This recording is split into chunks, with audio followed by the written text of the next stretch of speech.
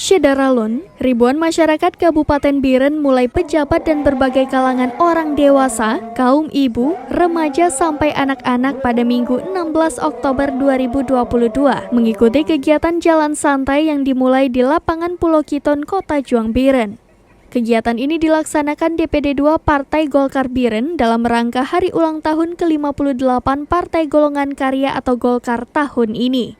Jalan santai dilepas oleh Asisten 2 Setdaka Biren, Insinyur Muhammad Jafar MM, dan Ketua DPD 2 Partai Golkar Biren Haji Muklis AMDSH, dan sejumlah pengurus Partai Golkar lainnya mengambil start dan finish di lapangan bola kaki Pulau Kiton di belakang SMPN 1 Biren.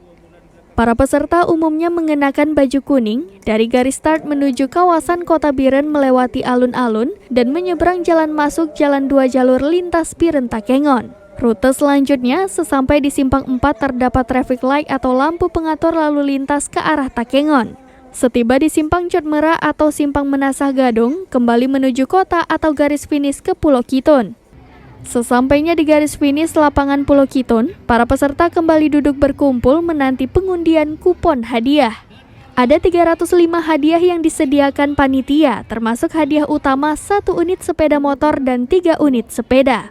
Ketua DPD 2 Partai Golkar Biren, Haji Muklis AMDSH mengatakan, momentum memperingati hari ulang tahun ke-58 Partai Golkar digelar serentak di seluruh Indonesia. Di Biren telah digelar zikir bersama, donor darah, dan hari ini jalan santai dengan masyarakat Kabupaten Biren. Dari Biren, Yusmandin Idris, Serambi On TV.